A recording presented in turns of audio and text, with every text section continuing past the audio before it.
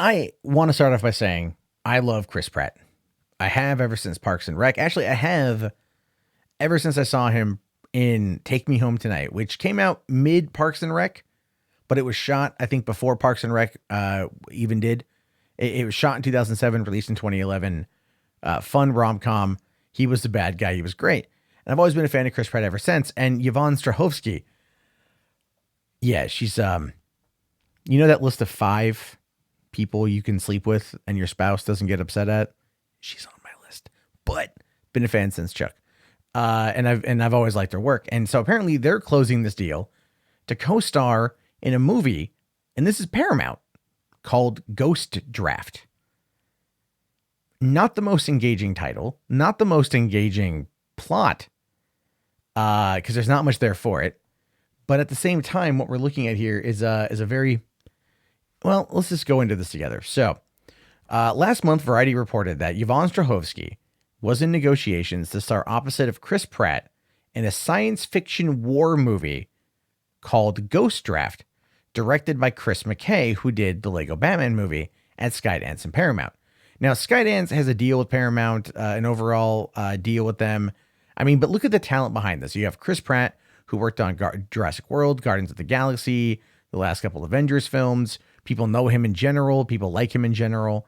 You got Yvonne Strahovski, who's not necessarily a household name, but in nerd circles, she's up there. And especially with the success of The Handmaid's Tale, she's now got a much larger fan base of, I don't want to say like lonely housewives, but probably lonely housewives. So she's got that.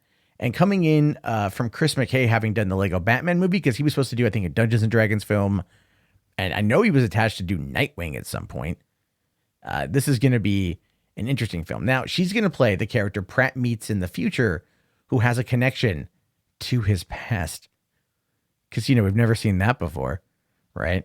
We've never seen that at all. Not once. H&N Entertainment has learned that Yvonne has closed her deal for the project as filming is set to kick off in Georgia. What they say here is, a man is drafted to fight in a future war where the fate of humanity relies on his ability to confront his past. What the fuck does that even mean? What does that even mean? A man is drafted to fight in a future war where the fate of humanity relies on his ability to confront his past. Like, is it like the future of humanity all dependent on whether or not this dude can like face his freaking demons in therapy?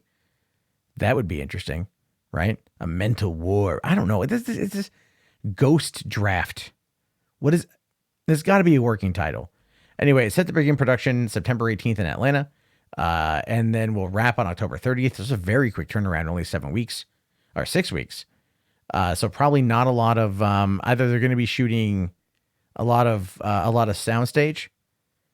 It feels like it. And, but the thing is though, this is where it's interesting. They say here that they previously reported that the film's crew will include Mission Impossible Fallout production designer Pete Wenham and Pulp Fiction costume designer Betsy Hyman. Now, the production design on Fallout was great. It was. The production design on Mission Impossible Fallout was fantastic. And Pulp Fiction had 1993 pretty much locked in a bag costume-wise. But we can still remember what Jules and Vincent Vega were wearing, those suits, what Butch was wearing, what Zed was wearing, what the Gimp was wearing, what Marcellus Wallace was wearing. The costume design is there. And of course, what we learn here is that there's going to be more casting in the next couple of weeks. And H&N first reported back in May that Paramount would distribute the film, but they haven't given it an official release date yet. Probably not until 2021 or 2020, somewhere probably end of the year. I would argue it's going to be this type of movie. For some reason, I feel like it's going to try to be like an award contender. And I say that because of this movie right here, Passengers from 2016. Remember this movie? You probably don't. Well, you probably heard that Chris Pratt and Jennifer Lawrence are going to bump uglies in the movie, and that might have gotten your interest, but then the rest of it was no, not at all. This is a movie that had a $110 million budget.